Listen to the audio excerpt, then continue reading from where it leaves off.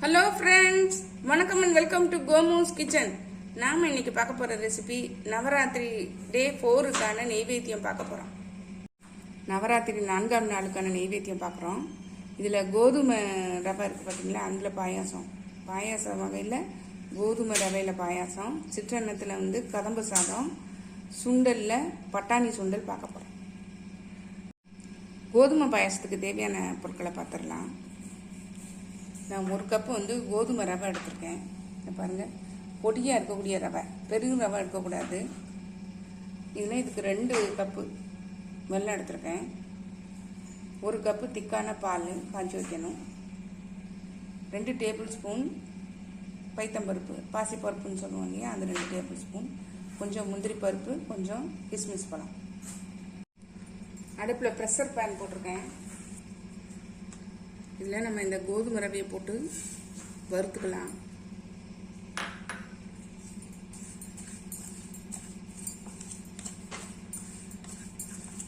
நல்லா கோதுமை வறுபட்ட வாசம் வரும். அப்போ நம்ம ஆஃப் பண்ணிடலாம். அது வரைக்கும் வறுக்கட்டும்.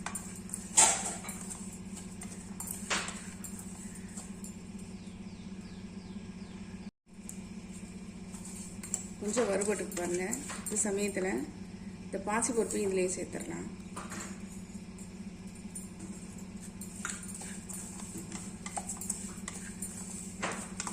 பாசிப்பருப்பு டேஸ்ட்டாகவும் இருக்கும். இது கோதுமை பாயாசம் நல்லா கெட்டியாக ஒன்று சேர்ந்து வர்றதுக்காக சேர்க்கணும்.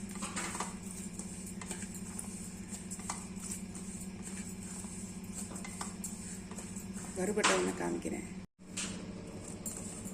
நல்லா வறுபட்டுச்சு பாருங்கள். நம்ம இதில் இந்த கப்புக்கு எடுத்துருக்கோம். அதனால் இதுக்கு 4 கப்பு தண்ணி ஊற்றிக்கலாம்.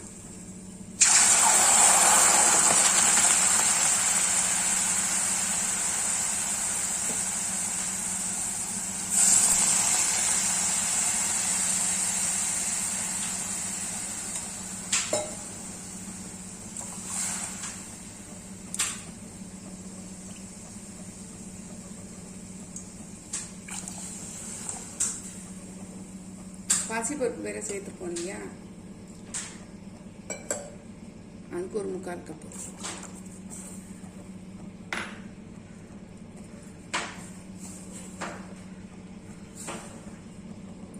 நல்லா கலந்து விட்டுட்டு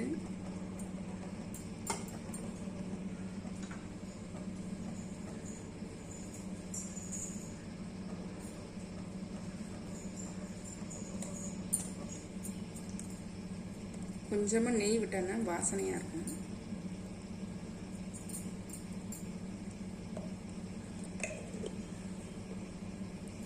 இது கொதிச்ச உடனே நம்ம குக்கர் மூடியை போட்டு நல்லா வேக வச்சிடலாம். தண்ணி நல்லா கொதிக்க ஆரம்பிச்சிருச்சு பாருங்கள். இப்போ குக்கர் மூடிடலாம்.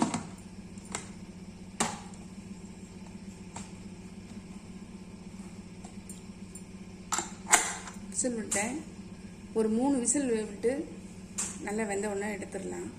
உங்கள் வீட்டு குக்கருக்கு தகுந்த மாதிரி விசில் விட்டுக்காங்க. வெல்லத்தை கரைச்சிக்கலாம். அந்த விசில் வர்ற வரைக்கும் நம்ம வெல்லத்தை கரைச்சிடலாம். நான் இப்போ ஒரு சாஸ்பான் போட்டிருக்கேன். இதில் வெல்லத்தை சேர்த்துட்றேன். ஒரு 1/2 டம்ளர் மட்டும் தண்ணி விடலாம்.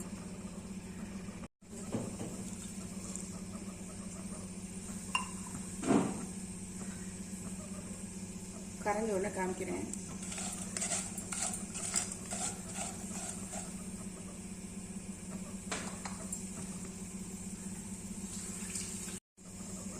வெல்லம் நல்லா கரைஞ்சிருச்சு பாருங்க. நான் இப்போ இதை ஆஃப் பண்ணி அப்படியே வச்சிடுறேன்.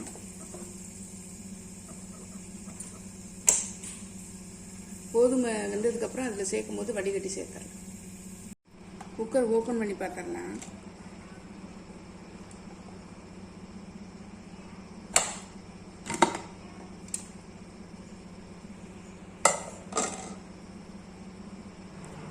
நல்லா வெந்திருக்கு பாருங்க.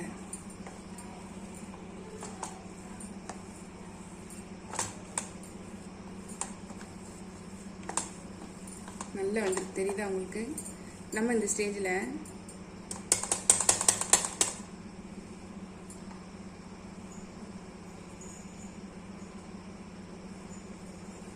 இந்த வெள்ளை கரைசல் இருக்குது பார்த்தீங்களா, அதை வந்து நம்ம வடிகட்டி இதில் சேர்த்துடலாம்.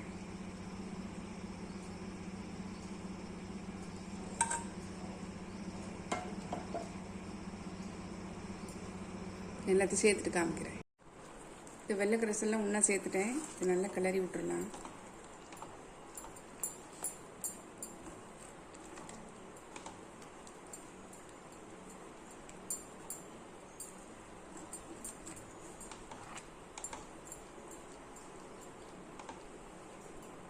நல்லா கொதிச்சு ஒன்றா சேர்ந்து வரட்டும், ஒரு கொதி வரட்டும்,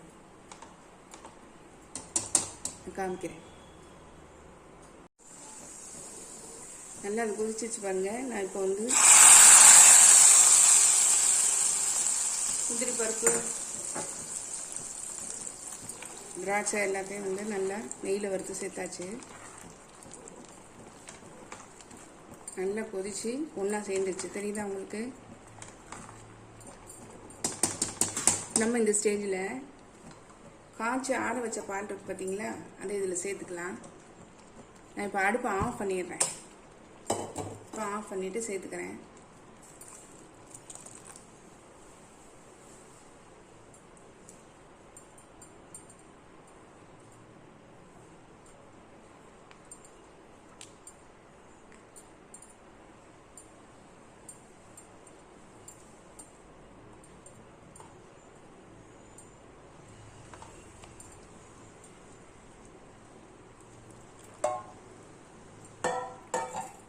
ஒரு கப்பு பால் ஃபுல்லாகவே சேர்த்துட்டேன். நம்மளுடைய பாயாசம் சூப்பராக ரெடி ஆகிடுச்சு பாருங்கள். நம்ம அடுத்து வந்து கதம்பு சாதம் பார்க்கலாம். கதம்பு சாதத்துக்கு தேவையான பொருட்களை பார்த்துடலாம். நான் இன்றைக்கி ஒரு டம்ளர், பெரிய டம்ளருக்கு ஒரு டம்ளர் அரிசி எடுத்திருக்கேன். அதில் 1/4 டம்ளர் வந்து துவரம்பருப்பு, 1/4 டம்ளர் வந்து பைத்தம்பருப்பு எடுத்திருக்கேன். பாசிப்பருப்புன்னு சொல்லுவோம் இல்லையா, அதை எடுத்திருக்கேன். இப்போ இது காய்கறி வந்து பார்த்திங்கன்னா எந்த விதமான காய்கறினாலும் நம்ம சேர்த்துக்கலாம். இதில் கத்திரிக்காய், பூசணிக்காய், உருளைக்கிழங்கு, தக்காளி, கேரட்டு, வாழைக்காய், இது மாதிரி எல்லா காய்களையும் நம்ம சேர்த்துக்கலாம். நம்ம இப்போ எப்படி செய்கிறதுன்னு பார்க்கலாம். இப்போ அடுப்பில் குக்கர் வச்சுருக்கேன். இதில் வந்து களைஞ்சி வச்சுருக்கிற அரிசி சேர்த்துட்றேன். ஒரு 10 நிமிஷமாக முன்னாடியே களைஞ்சி வச்சுட்டேன், அது ஊறட்டோன்னு.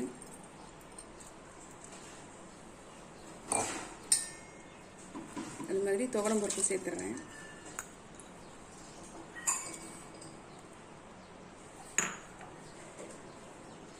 பாசிப்பருப்பு சேர்த்துறேன். சில பேர் வந்து துவரம்பருப்பு மட்டுமே சேர்ப்பாங்க, நான் ரெண்டுமே சேர்த்துருக்கேன். அதுக்கப்புறம் காய்கறிகளை சேர்த்துடலாம். எந்த காய்கறி வேணாலும் நம்ம சேர்த்துக்கலாம்.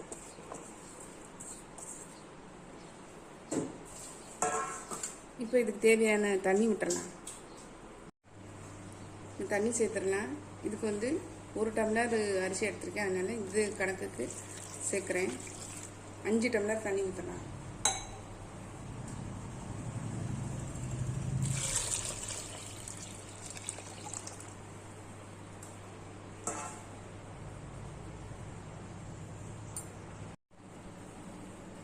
சாம்பார் பொடி சேர்த்துடலாம். ஒரு 2 ஸ்பூன் சாம்பார் பொடி சேர்த்துருக்கேன்.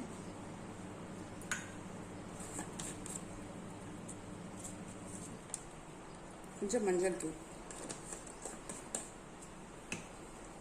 நல்லா மிக்ஸ் பண்ணி விட்டுடலாம்.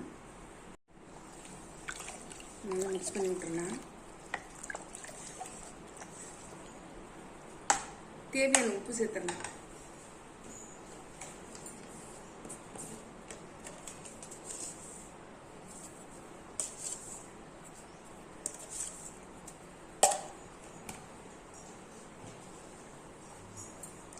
உள்ளே வந்து பெருங்காயம், கட்டி பெருங்காயம் உள்ளே போட்டிருக்கேன். நான் எடுக்க மறந்துட்டேன். இப்போ புளி கரைச்சி ஊற்றிடலாம். புளி கொஞ்சமாக கரைச்சி ஊற்றி,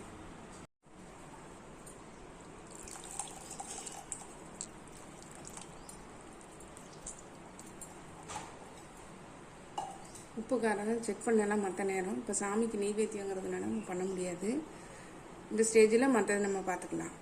இப்போ நம்ம இதை வந்து கொதிச்ச உடனே மூடிடலாம். கொத்தமல்லி தழை தூவிடலாம்.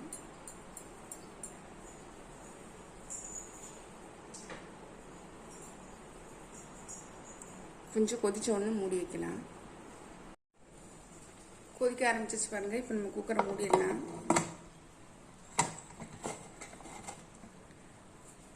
மூடி 2லேருந்து 3 விசில் வச்சுக்கலாம். விசில் வந்த பிறகு காமிக்கிறேன். குக்கர் விசில் இறங்கிடுச்சு. நம்ம இப்போ திறந்து பார்த்துடலாம்.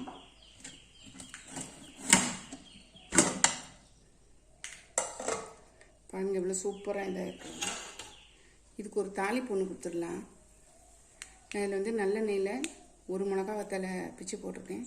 கடுகு, உளுந்தம்பருப்பு, கருவேப்பிலை.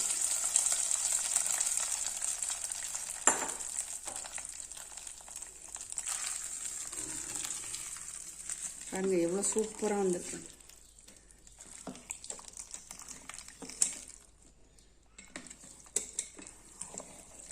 தெரியுதா உங்களுக்கு?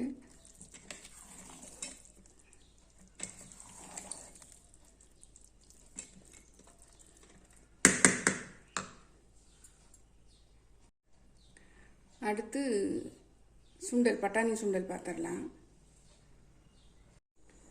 பட்டாணி சுண்டலில் பட்டாணி வந்து ஒரு 5-6 மணி நேரம் ஊற வச்சு நான் வந்து ஒரு 3 விசில் விட்டு எடுத்திருக்கேன். நல்லா பாருங்கள் வெந்திருக்கு. குழையவும் கூடாது, அதே சமயத்தில் வேகவும் செய்யணும். இந்த மாதிரி வேக வச்சு எடுத்திருக்கேன். இப்போ தண்ணி இருத்துட்டு நம்ம சுண்டல் எப்படி செய்கிறதுன்னு பார்த்துடலாம்.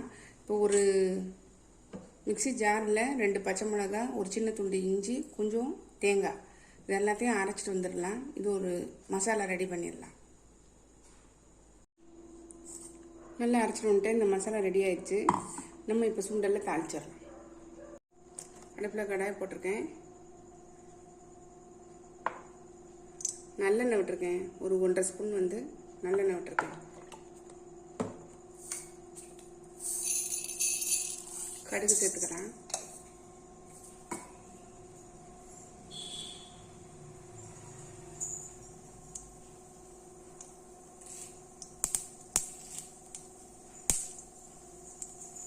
கொஞ்சம் கடுகு அடுப்பை சிம் பண்ணிவிட்டு இந்த அரைச்சி வச்சிருக்கிற மசாலாவை சேர்த்துடலாம்.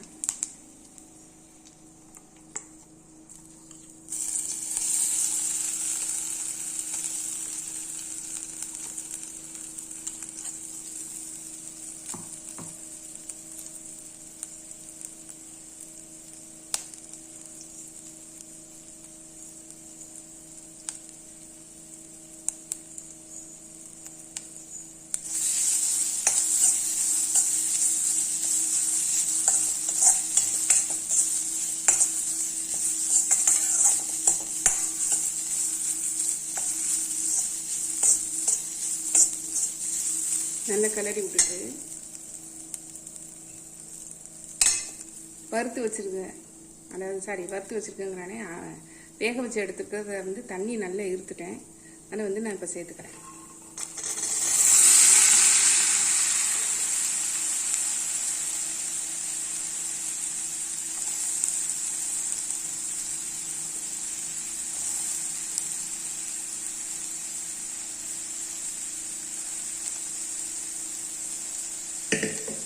சுண்டல் வந்து குழையாம நல்லா இப்படி பக்குவமாக வேக வச்சு எடுத்துக்கலாம். நம்ம இதுக்கு தேவையான உப்பு சேர்த்துடலாம். இப்போ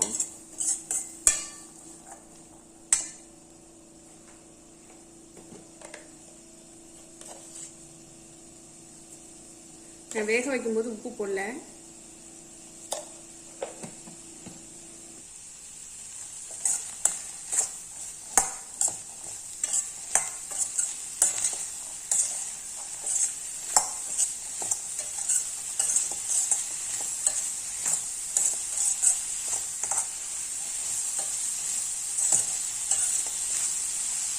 இப்படி நம்ம அரைச்சி போட்டோம்னா ஒன்றா சேர்ந்து வரும்.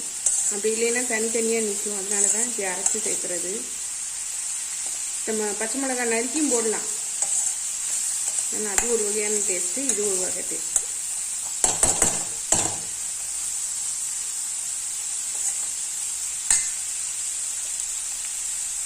இதில் தேங்காவை வந்து இந்த துருவியில் வச்சு துருவியிருக்கேன். அதே மாதிரி மாங்காய் பீஸையும் இந்த துருவியில் வச்சு துருவியிருக்கேன். கேரட் சீவுவோம் இல்லையா, அந்த இதை வச்சு துருவிட்டேன். இப்போ நம்ம இதை சேர்த்துடலாம்.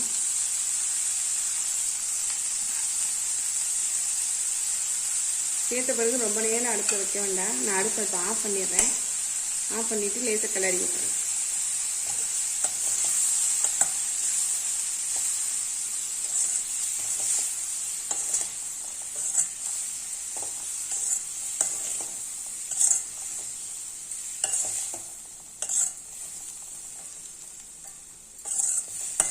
பாருங்கள், நம்மளுடைய தேங்காய் மாங்காய் சுண்டல் சூப்பராக ரெடி ஆகிடுச்சு பாருங்கள்.